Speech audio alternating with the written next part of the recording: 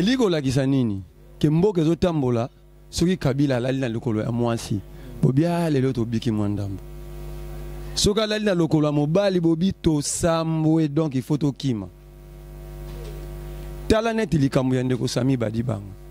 ba invalider faute ya nationalité mais ngai na to salaki awa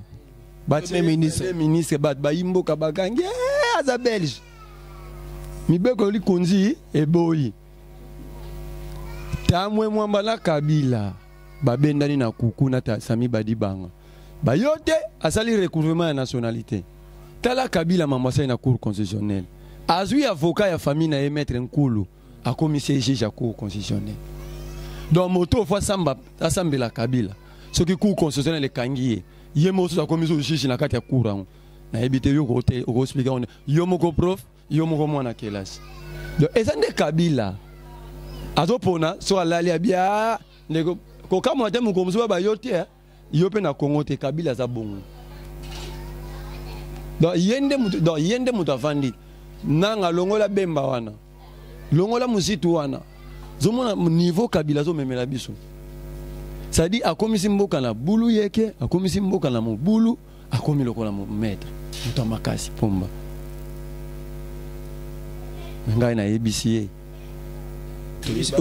Kabila ayebi bata makasi belé na mokile mais basuka peka na okoya na lobby na lokota le français balobaka faut pas lâcher un chien et le retenir par la queue et là au Kabila sali biso ya mwana bimisi moto na Shadari o atinda ka batu ba finga ka ba mama ya batu tala niveau to komi na ngona mboka moto azangi moral azo bana ya batu ba fingi mama na yo yo be finga mama na ye balbi lobi siko ya ko mamokonza mboka ndeko Shadari pardon tozana bana biso nyonso soki nzamba sonyo ko mokonza mboka ko finga ba mama na biso te biso tozana besoin alternance oui mais alternance avec alternative c'est-à-dire Kabila Kei système na EP et Kei.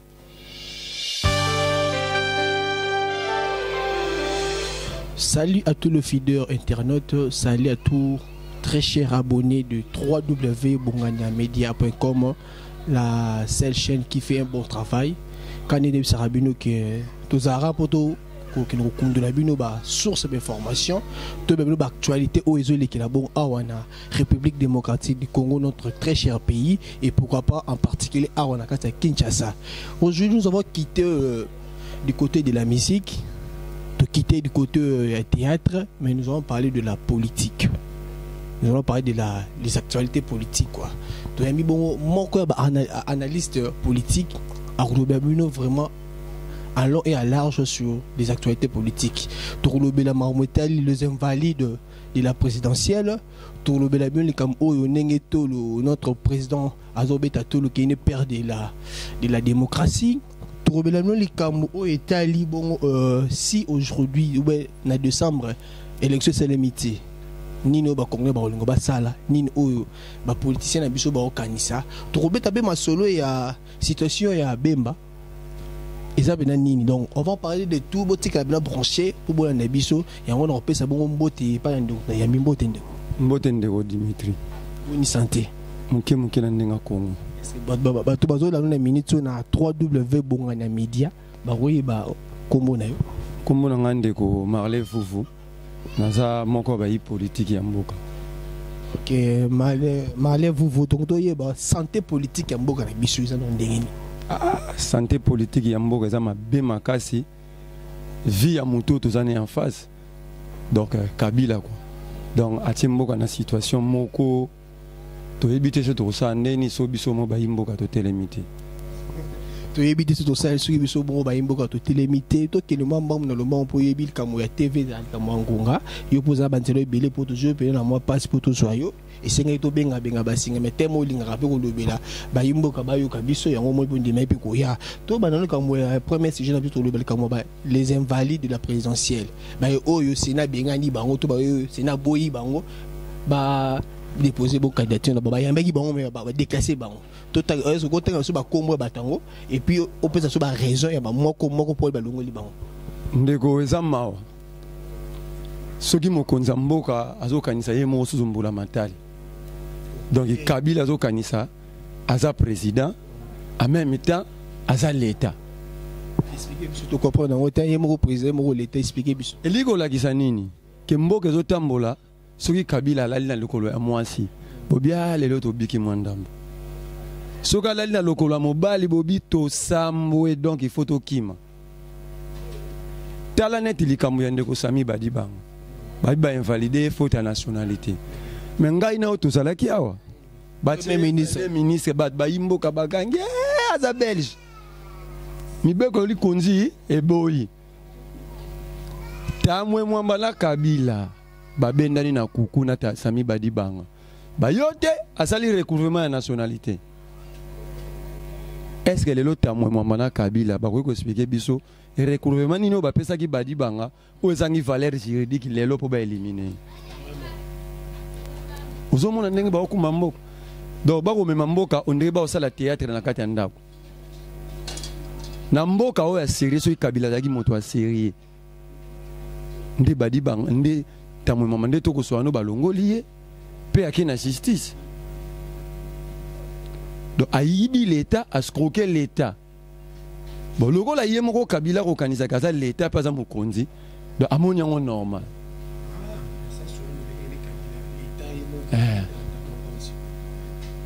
Comment garde des sceaux ministre de la justice appelle si moto ça français recouvrement c'est-à-dire bozongi seli mutu makambo na nyonso l'état mutu apesi yango muto il fallait qu'il apesa mbula matari na ministre de la justice lelo ministre de la justice expliquer biso que a recouvrir nationalité des acquis par acquisition bon tant mutu na justice toto maîtriser en mingité toto senga na tamwe mambale kana mitando ike aloba recouvrement par acquisition za kandenga nini pe recouvrement total ezalaka lolenge kani poto yeba mais tambe mama ope on le kandenga ni ba pesa ki ambago na niveau ya prince comme kolanda te yozo mona motoka za maika samba ko pesa tamwe mamba sanction te Jean-Marie apesa tamwe mamba sanction totika ba jetolo ba mama mboka Badibanga azali pe yo moko te azana bato mususu o ba déclassé kasi mabe ya Badibanga pesa nini to ese bango bokende kosangana na bato wana te bango nyonso na ba Marie José Ifoko o na ni bakomisinga gouverneur o bakomisinga premier ministre kokende ya te bato wana baza bato ya kovanda na bango te baza baloki lelo conséquence bango moko bapesi bango moko babaloki l'état nini ya mokili etambolaka lolenge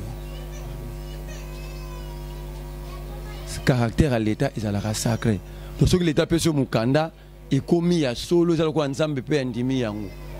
mais soki l'état emo akomo pesi mukanda lobi yemo ka baluki ali mukanda c'est que na koyoka yo c'est que justice na biso ya mboka za biaisé ezalaka nanu te tala Kabila mamasa na cour constitutionnelle azui avocat ya famille na maître Nkulu a commissaire juge à cour constitutionnelle donc moto fois samba asambela Kabila ce qui cour constitutionnelle kangiye yemo so commissaire juge na kati ya cour rango na ebite yo ko te ko expliquer on yo moko prof yo moko mwana kelasi justice exacte donc to vanda nde na loi du plus fort yo na lobaki na so Kabila lali na lokola mobali to sambwe soki moko alalaki na mwa lokola mwasi alembiseli bino mwa ndambo malamu ndeko vuvu to continuer bongo ndeko na biso Jean-Pierre Bemba ye ba déclassé pour nani te moni dossier ya Jean-Pierre Bemba na koloba yango sima po na koloba nde na ndeko lowaka me na koloba na sima naloba nano makambo ya muzitu akotisi lettre ya démission na Palu Palu aboyi kozndima mukanda Muzitu loko aza mwana mayele akazwi huissier de justice asalo babenga na lopoto notification de démission bakena yango muto bakutaki pozwa mukanda wana aboyi kozwa mukanda wana nde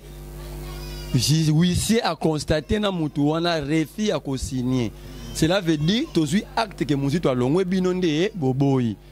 Muzitu azui mikanda wana tu asangisi yango na dossier na ye akotisi yango na seni. boni lelo seigneur oyo sabso ke Muzitu dans un conflit d'intérêt na Palu. Entre temps Muzitu a postulé na compte ya plateforme IREP. Gizenga a posé na kombo ya Palu. Conflit yango ezali wapi. Donc mon devant na numéro 42, na devant na numéro 43, ba oyo la numéro nini.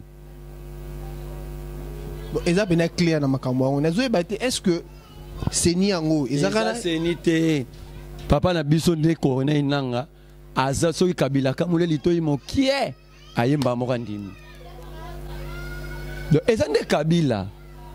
azopona so alali abia ndeko kokamo te mukomzo ba yote yo pe na Congo te kabila za bongo. Donc yende mutu avandi nanga longola bemba wana longola Muzitu wana nanga mwana utaki poto ya kibayamba ki anane jape longola commission ezalaka indépendant commission électorale nationale indépendante wana zaneti babengi bandengo na so académie balimbisanga bakomi indépendant bakomi na tableau indépendant c'est ça état d'esprit za ma comité yo tozalaka noir mukoni ni seigneur lobelo koyoka bato ya makabila baboyi yango pour la contre opposition. Ce seigneur lobi car bato c'est la majorité ba papa na minene ba papi tamba papa mukolo bongo akoma kwa sanka. Donc musala na ye communicateur de la majorité na ebite so zaka musala nini compagnie nini. Ba kabila yokele mwa mawabina tinda ina kuilongo ngwa koma ta délégué ba mindela bien yete soka yawa to kangi. Soki mutu azana problème na famille na ye metinga na bébé na mwasi na ngai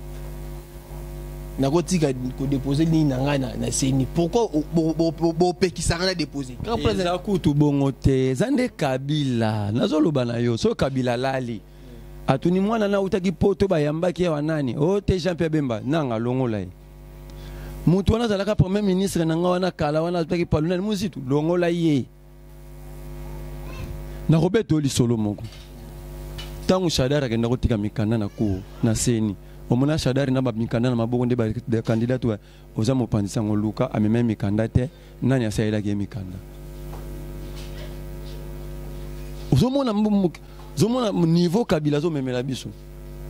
sadi akomisi mboka na bulu yeke akomisi mboka na mobulu akomi lokola mo maître mutamakasi pomba ngai na ABC kabila ayebi bata makasi belé na mokile mais basuka peka na okoya notre président très cher monsieur Joseph Kabila oyebi bata makasi na mokilo basuka peka yango wana seni eza commission mo eza pena indépendant totika on pena na forme na onenge za la bon pour makambo ki pe malam pour lelo tozobenga yo père de la démocratie et moko ba si je to lobela wa te tika to lobamba te tozo côté tozo na point liboso non ko tsa ba imboka na ere omoni démocratie evandaka likolo ya mibeko démocratie ya solo etambulaka soki mibeko ya solo ezali eke bazo respecter mibeko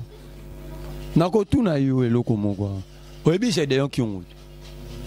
oyebi mambo sana na katanga un condamné à perpétuité akoki kobima te akoki kozwa grâce présidentielle te akoki kozwa amnistie te na ete so tozoyokana ma azwa bamama ya zemi apasola mabumu abimisi bana atuta bato na maboka alamba bato alia bakangi ye batie na boloko abuki boloko ya kasa pa Lubumbashi akimi na baprisonnier mosusu mukomsu tolali na tongo na tolali tolamukaka na tongo boye na ba TVG d'ailleurs qui ont abimi wana kabila wana kabila alali na gozi na lokolo moko te wana sikwa send na poste wana sikwa komina moni moto akoza na tanto plutôt ma pene loko na lingaka mingi wana sikwa zaki loko kabila lika alingaka mingi ba criminel ngano to yebit to banga bakanga Bosco Tangana na CPI kabila loba kinga na yebit yo no yebi aloba oyebi oza mopandi sango alobi na kombo ya kimia tokoko pesa Bosco Tangana na CPI te soki Rwanda pesa ka Bosco Tangana te pona kabila Bosco ngaki ndete toyokani j'adore qui ont abimi ba konzi ba rolengeli ba kopesa mbota lo sako bazo gumbele mitu bazo beta ba fanfare ala titi epolo ba dese longi ya Kabila ba komi shikata. Donc criminel abuki boloko asali ba crime de guerre abimi ba yambi ba tina quartier VIP à Lubumbashi na golf ndeo bi papa ya démocratie wana bongo bato tout ya saki mabe justice ça na la kisoso mususu ke moto ozobenga moto asali démocratie aza anti démocratie mo mais démocratie na respect ya constitution et ça qu'on respecter mambo ba comité ngano to fait tous na mapronomi na 2016 le 19 septembre to zuya ngote bon mbongo ezalaki te na mboka mbongo te po Kabila lingite na 2011 le quoi azalaki na course mbongo ezalaki taboyaki mbongo ya communauté internationale to saki to saki te salaki po ayebeki eza na intérêt na ye lokola ayebiki azokende ndo moto komi na situation oyo respect à constitution yango pa boye pe ko postuler atiki wana a respecter accord te abangi pe pression ça dit ba pression les gars qui prennent le peuple na likolo ba aussi ba kufi ba décharge kapangala ba kufi ba Hussein Ngando pression les gars qui na kati na libanda nde a cédé à respecter le côté pour accord et lobaki tozo ma pronomie le 31 décembre 2017 ngano lelo to ça 2018 tout qui est en septembre on a respect constitution on a fait de la démocratie pour to yebi que na mboka na biso ba élection non salemate abonné des fois on ne to kina to voter non le salema bongote à ça en premier tour en 2006 en 2011 auto que troisième fois à ça on se moi t'as pas de la lobby hein la psa qui y a nos démocratie vendre likolo ya mibeko ce qui mibeko ezate démocratie ezate pour démocratie c'est supposer liberté respect ya ba droit ya bato tant mibeko ezate ce que démocratie ozoloba na ngaya wapi yo ebite Kabila kangaka bomaka ndenga lingi na mbogo na bato na yo yebi yango te ebele bato na boloko basala pe loko te tout le monde a ba mikilo démocratie vanda bato ba réclamer ba droit na bango est-ce ngana yo lelo to ko ma tongo to bigeli pe mati to bimia Kabila tiki biso ngana obe to vaina na plateau tant comme Kabila ba obengo pété ba luxo pété et démocratie te démocratie yango wana te mais droit à la parole ngai na zwinde courage OK na zwinde courage habiter na vanda te na olo et bongo ba oba ona ebele ya koloba koleka nga bazo banga po ebike ba kokanga bango dans démocratie zo kipé de ko nga na zwi courage ngande na demi démocratie 500 oba zwi courage te dans ba démocratie tali bango te. Merci Maria vous na ba réponse no koba est-ce que to go zonga moi sima parce que ba to oba bengana ki bango oba déclassé bango na seni na niveau présidentiel aussi zo tanga bango ngagate puis au pesi ba raison be msuté est-ce que ngo tanga la biso ndeko muzitu papa biso muzitu plutôt muzitu sto lungwana papa na ye nani Kizenga so to fandi ko tangela nga ko tuna nga ba question ba ya magablo te balo de ligablo eza ligablo ya Kabila mais ndeko muzitu alobaki yango ye mona point de presse ne bato ya palu bakabwelu lokola Kabila tia 12 ans ministre à mine a Kabila comme millionnaire donc yeso Kabila lobby kokota tolete ote ayoki dans la partie monene lokola palu boko ekotsa mukanda ba invalider patriarche ba lo ba défaut de qualité de signataire n'habite sozo comprendre niveau ya palu bazo invalider bino pour monta signaki azali na qualité ko signer. Et c'est pas le zangi moto ya kokomisa mandataire na seni pour signer ba mikanda na bango. Et ça les gablo akabi. C'est du théâtre. Yo mo repêché ya no merci. Donc mosala bande on so ba sai sai na be sobe nde yango na bato palu na bato Kabila ba komosa. Tala niveau parti monene le wa palu ba boy candidature na bino posa na défaut de signataire. Et ça pena passi na makambo tozomona on a habité cinéma congolais oyo basai sai basara biso basale ko moko tina na bayi politique to habité mboka na biso ekokende wapi kosuka wapi. Continuez toujours de vous abonner sur www.bongana media ou bien na kati ya chaîne na biso YouTube obetika Bongana Media au moins na biso oza mobimba ka ne bola nembo émission na se wana ba moi rouge ba komi s'abonner o cliquer wana oza mobimba pour continuer aux informations politiques ya solo oza pena vrai a on a kata bonga na média mais on a biso malé vous continuer kaka na ba mituna na biso totangi ba misu oyo ba longwe Jean-Pierre Bemba tout temps Jean-Pierre Bemba yé ba déclassé pour na nini raison ezalité tinezate oba kopesa wana na ebite na mboko to wana ba professeur balakisi o basala droit to la koloba na ndeko là je profite au pesa moti na papa na biso bochap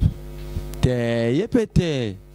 ye asala droit déjà ateka yango na buzoba na lobi boye ngai na to yebi ba praticien bato ba yebi mibeko to mibeko ekabwana na droit pénal ba yebi eloko ba bengi droit pénal na droit pénal ba lobi na biso les droits pénal et de stricte interprétation mibeko elobi ekaboli ba infraction na ndenge nango koloba te ko télécommande oyo eza lokola téléphone te na droit eza te soki eza télécommande eza téléphone na kopesa ondingisa moko pardon ndakisa moko to swani na yo sikoyo na 8h oyo na 17h nga na kuteno kote ya itaga kuna na kati na chombele okufi mais ba robenga ngwa assassina ebi pona nini parce que na bonga saki ki na kalikile na mutu na nga na roboma Dimitri Bongania ke so na kebo na okute ero azalaka na itaga na kokalele boye ba bengi assassina mais soki to swani no kaka awa na chombele okufi ba robenga ngwa assassina te ba robenga yango maître mais na nyoso mibale moto akufi soki na tindiki porte o ya ndako oyo et tout moto na tolo akufi awo le moto akufi mais ba robenga ngo homicide involontaire mais na nyoso misatu moto akufi eliko la kisanini mibeko déjà éclassa infraction na infraction nazolo bana ndeko Thomas Lowaka soko yibi mbongo aleta lia malembe ba débat oyo salaka na kwes ko vanda côté ya GB kuna na bana ba ko singa ko preso tozo liate ko yaka na télévision te po bato ze belé ba Rolando ba o pe baleki na mayeli o ko la biso sirbonation ezal okola na droit ezalaka te ndenga mema bato o je connais le Congo zo kosa bato ndenga linga bando kosa tina droit atikela ba prof Eliki Mbokolo ba Kamba Ibwacha ba Isidonda iwel bangonde ba papa na biso ya isitwale batangela yango ba ibokangisa masolo wana po babetela biso atika kokosa bato eloko ya mibale na kati ya mobeko na biso ya maponomi bazoloba il faut mutu azala éligible te kaka soki aza condamné définitivement donc bakati likambone akosala sous recours te mais ngana to yebi Jean-Pierre Bemba na appel c'est-à-dire nanu ba condamné libela te azana droit sikoyo mbala moko ya kocha candidature place na zo que ça nanga te isa Kabila donc Kabila vanda bia mwana utipoto ndenge bato bayambeli eboy yete Italia oh te ko kamwa te nazo ko biso mu komseza ke yo pe bima Congo Kabila lobi pour comment vivre bon bayebisa biso babenga ba technicien ya droit bayaki na prof nya birungwa bapesi mbongo prof aye deva fait accompli tag scientifique aza prof mérite akangami na télévision soko na TV soko ko expliquer batute eza sibonation to corruption akomo luka ba nuance te professeur za moto maele ya ka télévision ba na biso sibonation égale corruption toyeba te po yozande moto maele ya mibeko oza professeur ya monene émérite ya droit pénal ay bisa biso ba imboka bayoka c'est sibonation la corruption et c'est loko moko. Et puis plus grave bazolo bana mibeko ya maponomike po si oza corruption bazolo bela yango soki ngai na yo to pesa ni kanyaka et ça corruption te bazolobela corruption bato bana charge ya l'état, c'est-à-dire mutazaki ministre bato bazaki ba ministre banani nde bazolobela. Mais ngai na to ebi Jean-Pierre Bemba sali mibe mobu zomi azana charge à l'état te, parce que corruption est la tiende ngene babiote bakondana ke na mbula moko fa futa pe amende ya 300 000 €. Mais yango ne tsele ka kende na appel. Le dossier ça nous bouclé. Or mi beko lobby faut dossier ça la boucler totalement. Ada suna moyo ça la recours te appel te ndé a cause na droit na souci. Mais tout ça na appel. Appel au route bakokata na novembre so ke octobre. Bon invalidé na raison ni. Au moni ke saka Kabila. Do alali ala mukia bia mwana mobali wana longola. Do yende motazo pona. Soki alali ala mukia bia ndeko na biso asimbi caméra kuna ye sous te na mboko esili. Esili olongwe okay. Eza pena pasi na makabu ozo le kabona kata mboko na biso Congo. Na éviter ceux qui tout le bagné vraiment. Bino bozali bana mboka. Botika pe biso te. Donc tout simbana loboko na loboko pote baboko bondisa. Bayo balingi Congo kine liboso te. Naza mutuna moko o na kotuna yo ndeko na biso male vuvu. Eloko nini oyo ba Congolais balingi. Na nenge nanga na yebike ba Congolais basinga alternance. Ba Congolais basingi changement du côté positif. Na yebite yango te o Kabila pesi ba wango. Na lobby tala mikaka tononya so ndeko nanga za nango pasa sama pono.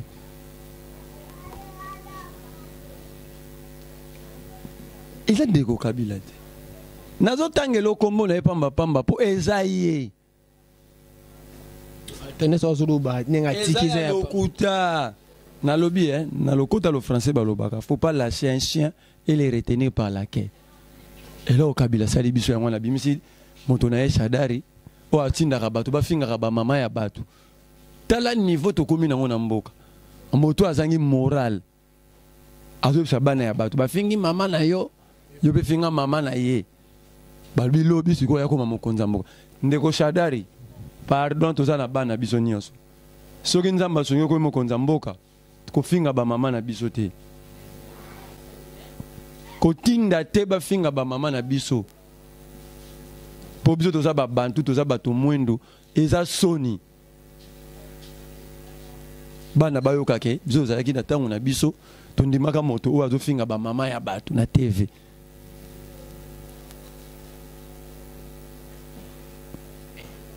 Biso to za na besoin alternance oui, mais alternance avec alternative. C'est-à-dire Kabila Kei système na EP et Kei. Dans le côté français ba bengaka alternance avec alternative. Pour ça lobby alternance pamba to ko chapen moto Kabila Tsheli biso na finga ba mama bato. To tikalika na situation wana. Kabila Kei moto finga ba mama to ya ndo finga ba mama na ba papa to vandika bongo na condition o. Biso to lobby alternance avec alternative. Kabila Kei okumbi na molongo ya basoda na yo wana ba caporal no nyonso o balanda ko na sima bakenda. Merci Malem vous continuer pe Malem pour TVZ Kamangunga to mo ki de presque na suka émission na biso mais il au moment où to meki lo baté to me rapport l'obligation ce qui le 23 décembre élection c'est limité nini ba imboka basala to bino côté politique bozo kalisa nini pour ali to ke de comme si ekozala pété a bozo bo abe machine à voter. Ah bozo ba déclarer be bongo bato na bino o ba postulaki donc ba te ce que c'est limité ni ni le kanaka Congo tozo boya machine à voter te bazana ngonde te ba photo tozo mona na ba sombi biloko wana mbonga contribution ya peuple bala kisango peuple soki ezali nanga zwa ba machine tsana bureau filmé il y a nini bozo boya akene ko ba ko négocier et ko koma ezalaki politique ya Kabila ayebisi nanga mema bango na condition wana po to glisser les soso turu ekosimba te oyo nazoloba ekosimba te nayebi ke balobaka peuple congolais aza naïf akokoka te oyebi na 2015 na janvier to Kabila sali mobeko ya maponomi alinga conditionné ngo na recensement populaire oyebi que selon rapport ya bata sécurité parce que congolais aza moto nzala akosa journée mombata revendiquer ndo monaki ba memaki loi na rappel que baso bato babimi lelo to coincé bango isili mais oyebi que semaine mombe kufaki na Kinshasa semaine mobimba kufaki ti Kabila zonga ki sima na bato na ye balongola ke lokwa soki azokanisa ke ngala zoyebisa yo lelo peuple moni be bato balobaka o ben ali baso to zelo kwa ba tunisien mais si to sera na Kabila te po bango bazana makila chaud na barabe mais ben ali asala ki 23 ans abomi bo makila barabe na zali ko era bandi mbola liboso ya mi balete ko ma 23 peuple a telemaka eye banaka te bokozana oyebi bato tu ya maele ya mokili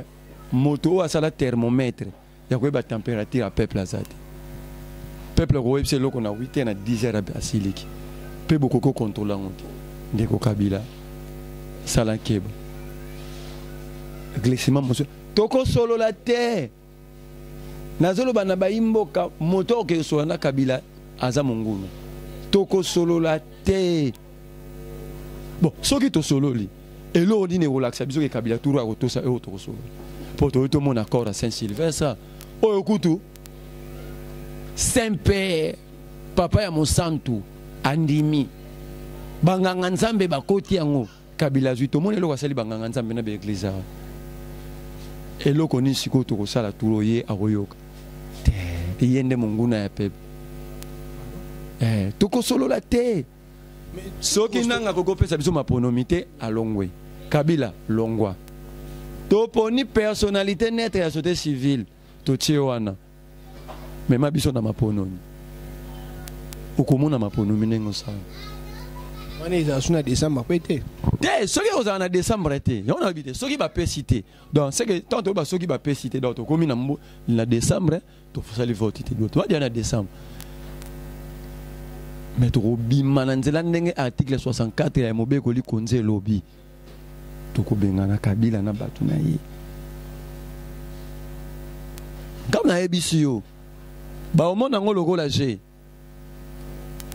na yebi ke bazo mona eza mambo ya lokuta mais place ba vandi ba yebi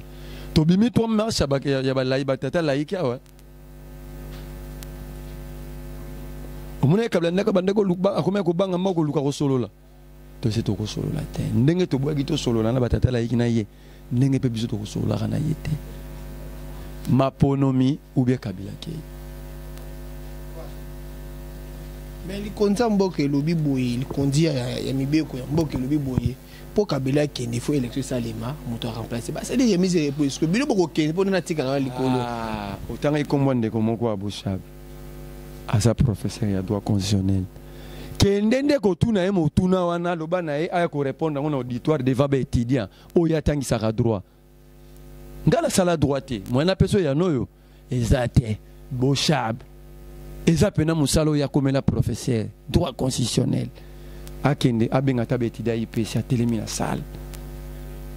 azo article wana lobi c'est peut-être le président public reste en fonction jusqu'à l'installation du nouveau président élu azo par article 73 les élections présidentielles doivent être convoquées 90 jours avant la fin du mandat en cours aye na ngota que technicien en droit liboso betida a démontré que bango bazana réseau Kabila Fatika a expliqué bizoté ponga na kozala pasi na comprendre ponga ya droit na yebi mingi te akende pa ba étudiant ya droit na baninga na bato basala batangisa bato droit akende ko expliquer. Merci Ndeko Malé vous merci na temps au PC biso to komi vraiment na suka ya batselo moko Dongonia na mona mboka Moïse Katumbi na nini juste omoni moto akomi na niveau ya komi bosa na ye moko pona mboka fo betele maboko bato nyonso bafingaka Moïse Katumbi bokota na saba mbetu na bino na bashambre na bino bo betele maboko poso bi bo beta na balabala bokoka soni Ah, bah, mon tokum c'est Moïse. Salinini. Chaque fois que ça a difficulté, Moïse a mis boss en akaye moko. A tchemboka libos. Tala, tant que tu as un dialogue na 5 ans. Bato na ye, bato batambula na ye na mouvement moko. Balobi, toko signé mukanda oyo te, soki boche komba Moïse te poisonga ao. Dieu nanga to ebi dialogue. Telemaki ya. Bon babi Moïse, kuna babi Moïse te. Moïse a mis bossa naka. Alobi te, bocha lokolo to na bino. Soki nga na koya te, ezali kambute. Me bana mboka bazwa kimia, toke na maponomi. Omoni eloko ato loba. Babi se na RFI me yoza candidat te. Ozo kandiso sabi na za na eloko akosala te. Mais soki Jean-Pierre Bemba nda kozala candidat, ngai na makasi na nga nyonso na kotyango sima na ye. Soki kozala Félix Tshisekedi, to kozala nani oyo opposition kondima ngai na kotya makasi na nga nyonso sima na ye. Donc aza komi bosana, il suffit mboka et trouver solution. Tala lolenge ya bato zoluka. Tolingi bato te ba kofinga kaka bato na TV. Oza na maboko pembe. Yonde moto liba maboko pembe. Nga na biso moto za pembe, il faut bato bise ah oza na tentira kitoko. So lati be bato ni faut ba ah lelo lati kitoko. Mais soki yo moko mo loba na maboko pembe. Basima minduki te. Osima minduki te. Bon. Osima minduki te bien. Intérêt nango lelo eza nini? Te na koloba ndeko Jama Kabundi. Yem talobi ki maboko pembe. Te pso tanga ka kombo po to za ba hypocrite te. Tazo ba ndeko Jama Kabundi. Atika ko beta tolo. Toza na besoin ya bato tout. Toza na face à pouvoir ozo boma ba imboka. Ozo komisa mboka na niveau ya mabe, ozo sali nyonso ya mabe na mboka. Atika biloko wana. Soki akoko retirer en public te, mais à ça l'émission moko a changé attitude na ye. To ana besoin to za liboke moko pour to za na makasi to bunda contre Kabila na bato na ye. Atiko yana biloko na TV. Oko kanzo za munene, nzoko za maladie, santé maladie. Ça dit ah ngana na santé bien tana na za munene. Ok, tant que moto zo mona nzoto mike. Ata na santé ya bien bokolongo no koleka yo. Atika biloko wana na ngonga oyo na opposition bato za na posa na ngote. To na posa ya unité, tout ça la bloc to ba nini to kosala lobby po bokonzi ya Kabila na ya bato no bazo boma mboka ekoye. Merci to na posa bokonzi ya Kabila na bato bazo bamboka ekoya ndeko na biso male vuvu. Merci na ndenge to yambaki yo na émission. To a besoin to yeba bongo ceux qui peuvent linga pour bien comment bon ba numéro on peut ça numéro no téléphone bato ba na besoin ba contacter boss alors pour plus d'informations pour yo plus dans kata makambango neni ba roza yo la numéro na nga téléphone eza bon na opesa on est ando ikete ba rozwa pa na ba contacter Bongania TV Bongania Media et ça la bien sûr beaucoup contacter na opesa bien numéro na ye est-ce que un mot final par rapport à l'émission te longonya na yo na musalo za ko sala pona mboka ko base boye ko landa bata kanyaka te Jean-Marie Kasamba benga yo te boko mokosa ka batu na TV pozwa osomba mutuka okufa ba okipe yo te tala papi tamba ndenga suki lelo tala papi tamba munene nyoso ke perte oleki tango ya pa ba pesi musala na kulingo mo mundela bisoko ye akangi musala sala musala na ona na sembo tala mboka liboso kolanda bato akanyaka te. Merci. Merci. Continuez toujours de vous abonner sur www.bonganiamedia.com. Là, c'est notre site. Vous continuez à ta chaîne YouTube. Vous continuez à ta YouTube. Vous betika ka Bongania Media. Vous avez mobile. Vous avez des émissions. Vous avez des émissions. Sabino. Parce que Bisso, surtout. C'est une chaîne qui parle de tout. De la musique, de la politique, du social, du développement. Il y a du divertissement, du théâtre, du gag, du cinéma. Il y a tout ici. continuez de vous abonner sur notre chaîne YouTube Bongania Media et que ça la bien. L'autre le blague bongo makamwetela qui bongo politique, tout le blague makamwetela les invalides de la présidence des élections présidentielles, tout le blague kamouya monsieur Joseph Kabila, père de la démocratie congolaise, tout le blague makamouya Jean-Pierre Bemba situation na ye kuna na mweteli CPI. Et si vous avez pourquoi balongola qui est na kati ya élection présidentielle à na kati mboka na biso to be peli kamotali ceux qui lobby na décembre bongo ba élection c'est limité nino ba congolais ba koloba vous avez na branché na Bongania Media au bolandi bongo émission on a pesi merci na ndokasimi bongo caméra na sima bilili za bona ndeko na biso Denis Mwakanza la MK Pro alors ça musala kitoko na pesi mbote bona papa na ngai bongo apo bongane na kata Canada papa continue au salara musano sa no soutenir ngai no zabilo to yoka lenga na yo na ko bosla te mama wa ngai ya motema o sepesanga mikolo mama ya biso Pamela Azevedo en tout cas mère chef longona na yo et puis na pesi mbota chérie na ngai ya motema merci parce que to coopérer bien ma collaboratrice Ange Gabriel Mimi Alemba mbote bisiko zali et bino tout o boza ba abonné na nga ba abonné na biso na chaîne na biso moko Bongania Media. Bye.